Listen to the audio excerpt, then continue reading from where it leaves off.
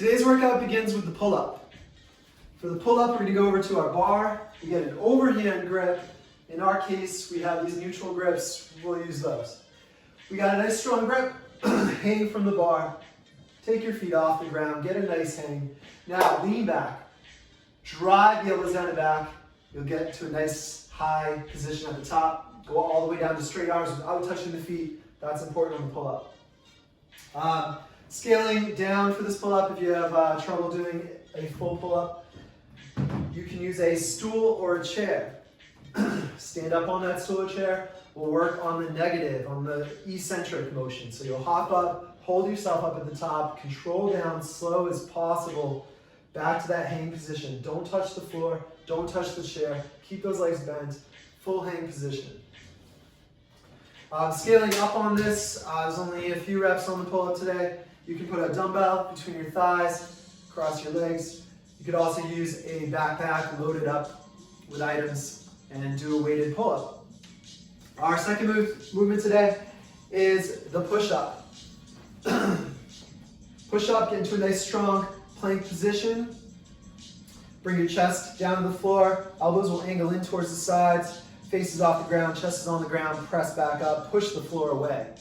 If this is too difficult, work on the lowering phase. Go down your body in a straight line, and then touch your knees to the floor and use your knees to help you get back up. If that's too difficult, knees down right away.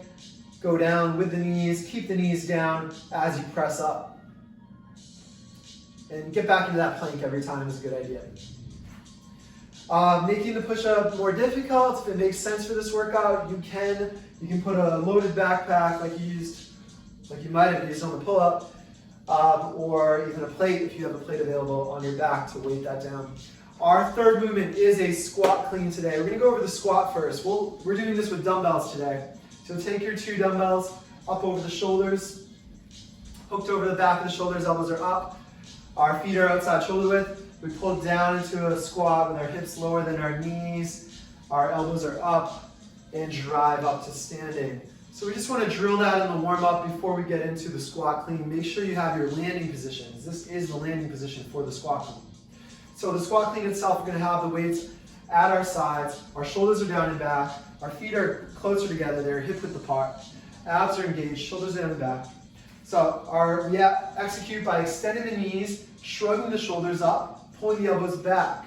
From there, the weights go up and we pull down into a full squat. Let's see this in real time. We extend up, shrug the shoulders, and squat. Good, we can look at it from profile. Again, you want to emphasize that your torso stays straight up and shrug those shoulders.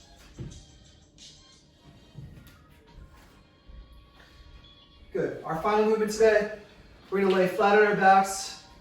We're doing a lying tuck up, lying hollow tuck up. So we start with our legs extended, our arms extended back. From there, we're pulling the knees into the chest, the arms to the sides, and we're tucking up into a ball. We can freeze this movement here. We have just our lower back pressing into the ground. There's no other body part touching the ground right now, just the lower back. From there, you extend back out to that starting position. Again, just curl up into a ball.